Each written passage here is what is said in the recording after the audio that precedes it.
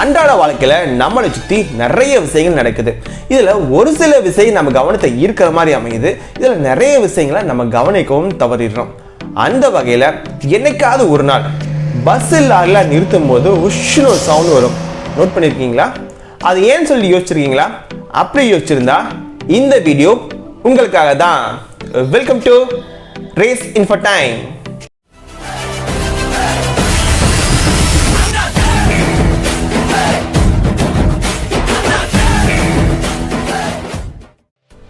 பொதுவா heavy commercial vehicle சொல்லக்கூடிய bus, lorry, drug இதுல எல்லாத்தையுமே பாத்தீங்கன்னா ஏர் பிரேக் சிஸ்டம் தான் யூஸ் பண்றாங்க. எதனால்னா இந்த வெஹிக்கிளை நிறுத்துறதுக்கு அதிக அளவு பிரேக்கிங் எஃபர்ட் ஆனது தேவைப்படும். இந்த பிரேக்கிங் எஃபர்ட்டை நார்மலா டிரைவர்ஸ் தன் கால்கள் மூலமா பிரேக் பெடலுக்கு கொடுக்க முடியாது. அதனால தான் இந்த மாதிரி வெஹிக்கிள் எல்லாத்துலயும் பாத்தீங்கன்னா ஏர் பிரேக் சிஸ்டம் யூஸ் பண்றாங்க.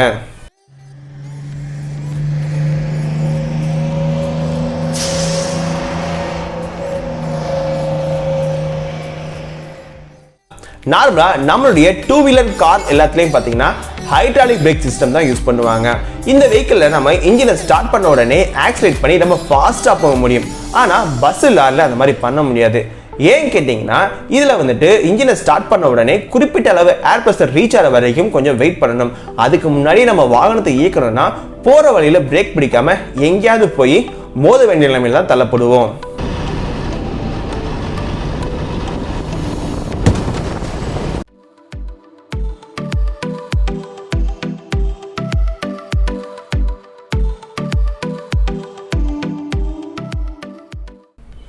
இந்த ஏர்பேக் சிஸ்டத்துல ஒரு கம்ப்ரஸர் இருக்கும். இந்த கம்ப்ரஸர் பாத்தீங்கன்னா இன்ஜினோட கனெக்ட் பண்ணிருப்பாங்க. எப்பெல்லாம் இன்ஜின் ரன் ஆகுதோ இந்த கம்ப்ரஸரும் சேர்ந்து ஓட ஆரம்பிச்சிடும். இதனால காற்றானது அழுத்தப்பட்டு ஏர் டேங்க் சொல்லக்கூடிய ஏர் ரிசர்வாயர் ஸ்டோர் ஆகிருக்கும். வண்டி மூவிங்ல இருக்கும்போது டிரைவர் பிரேக் பெடலை பிரஸ் பண்ணாருன்னா இந்த கம்ப்ரஸ்ட் ஏர் ஆனது பாத்தீங்கன்னா பிரேக்கிங் சேம்பருக்குள்ள போகும். இந்த பிரேக்கிங் சேம்பருக்குள்ள பாத்தீங்கன்னா ரெண்டு பகுதிகள் இருக்கு. ஒன்னு பாத்தீங்கன்னா சர்வீஸ் சேம்பர், இன்னொன்னு பாத்தீங்கன்னா பார்க்கிங் சேம்பர். நம்ம பிரேக் பெடலை பிரஸ் பண்ணும்போது இந்த கம்ப்ரஸ்ட் ஏர் ஆனது இந்த சர்வீஸ் சேம்பருக்குள்ள டயஃப்ராமை முன்னோக்கி தள்ளும். அதனால அதனோட இணைக்கப்பட்ட புஷ் ராட் மற்றும் ஸ்லாக் அட்ஜஸ்டர் எஸ்கேம் ஆக்டிவேட் பண்ணும். இதனால பிரேக் ஷூ ஆனது ட்ரம்முக்கு அகைன்ஸ்டா எக்ஸ்பேண்ட் ஆகி ஒரு ஃபிரிக்ஷனல் ஃபோர்ஸை கிரியேட் பண்ணுது. இதனால வண்டி நின்றுது. அதே சமயம் பிரேக் பெடல்ல இருந்து அவர் கால் எடுக்கும் போது அந்த சர்வீஸ் சேம்பருடைய கம்ப்ரஸ்ட் ஏர் பாத்தீங்கன்னா கண்ட்ரோல் வால்வு கூடிய எக்ஸாஸ்ட் போர்ட் வழியா வெளியில போயிடும். அப்படி போகும்பொழுது டயஃப்ராமுக்கு அந்த பக்கம் உள்ள ஸ்ப்ரிங் மூலமா இந்த புஷ் ராட் தன்னுடைய ஹோம் பொசிஷனுக்கு வந்துடும். இதனால பிரேக் ரிலீஸ் ஆகி வண்டி மூவ் ஆக ஆரம்பிச்சிடும். இதுல சுவாரஸ்யமான விஷயம் என்ன தெரியுமா?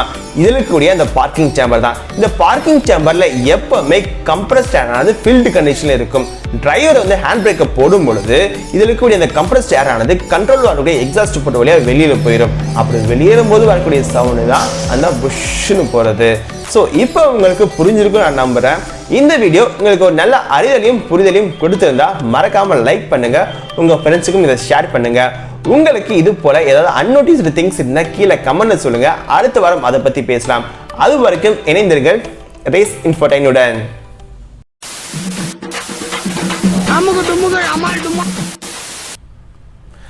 டெய்லி நம்ம வாழ்க்கையில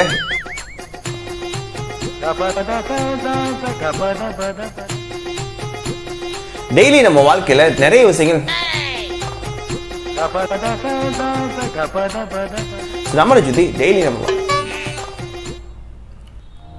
அன்றாட வாழ்க்கையில நம்மளை சுத்தி நிறைய விஷயங்கள் நடக்குது.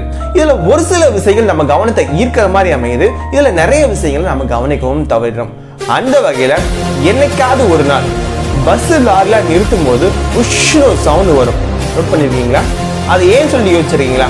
அப்படி யோசிச்சிருந்தா இந்த வீடியோ உங்களுக்காக தான். Welcome to race info time.